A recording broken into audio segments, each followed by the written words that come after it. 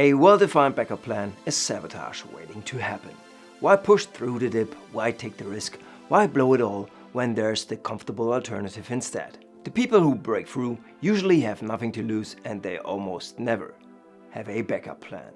When you hear that statement, do you feel like me in that it totally collides with what we've learned since we were kids?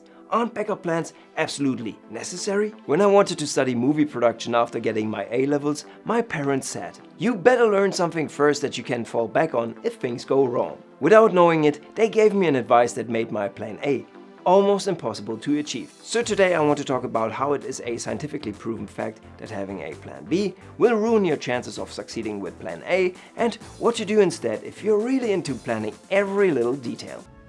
I like the sound of that. We all have been there. We come up with some brilliant idea like learning the guitar to impress a girl or starting a startup to impress a woman. But of course we aren't complete idiots, and we develop a backup plan just in case things don't go as planned. We have learned this over decades. The smart person plans ahead and always has something up their sleeves if things go wrong. I love it when a plan comes together. Having a backup plan gives us the illusion of having ultimate control and suggests high predictability in uncertain situations. The sad truth is, there is no full control and we can't plan for everything. Our strange desire for planning everything may come from our warfaring days and mainstream culture's obsession with military. In a military context, planning for every eventuality is required to save lives.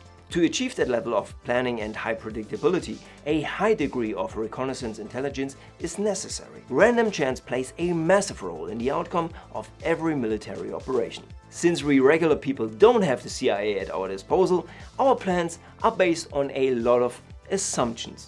And still, we think we can outplan any potential obstacle. A very common thing among startups is to pivot when the initial idea didn't work out. In this case, we obviously need to be prepared to pivot with a backup plan, which ideally is created the moment we start our startup. The issue is that by having this backup plan, we almost guarantee that our first plan fails. I've been there, and only a few years later now do I understand why my first few tries didn't quite work out as I had planned. I needed to change how I thought about planning. If we don't change the way we think about planning, we are doomed for Groundhog Day repeating every time. Every plan A for building a business, starting a project, going on vacation, learning an instrument to serenade a potential partner will always fail. Multiple studies show that the mere planning makes us perform worse and not achieve our original goals. Instead of putting all effort into creating a fantastic plan A, we think we need something to fall back on.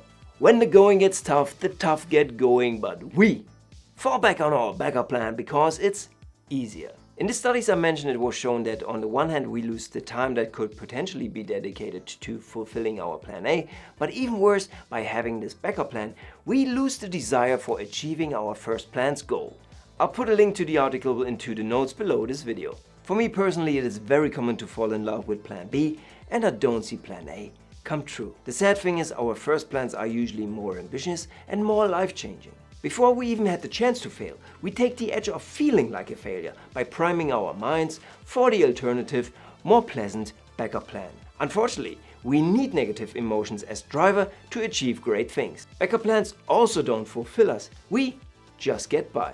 It's those times when we accept an unsatisfying job to pay the rent, while also working on our startup. It's the time when we think we could just get back with our ex-girlfriend because learning the guitar takes time and practice, and our ex wasn't all that bad.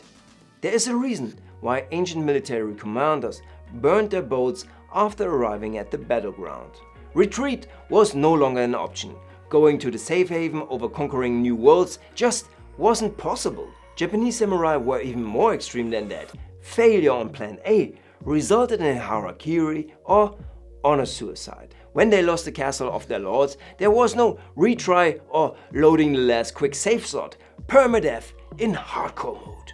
We don't have to go to this extreme, but please don't start anything with failure as an option. Your brain hates you for it, and it keeps you from achieving that big dream. For the longest time, I've always dreamed of doing my own thing, but I've always had to have a job to fall back on. But I've also found a way to use my need to backup plan to my advantage. More on that in a second. I first need to clear something up. There are scenarios when a backup plan doesn't make shit hit the fan. The studies showed that when luck or skill are needed to achieve a goal, having a backup plan has no psychological effect. However, when something requires effort, like learning an instrument or building a business, having a backup plan reduces your chances for success considerably. This is why when we have nothing left to lose, we do our best work. It's why we fight fiercely with our backs against the wall. The funny thing is, we can use backup planning to motivate us, and this is what I want you to do in the future. More than 1 year ago, I said to myself, if this self-employment thing doesn't work out, I'll become an employee again. I'll work for another moron who doesn't appreciate my beautiful mind.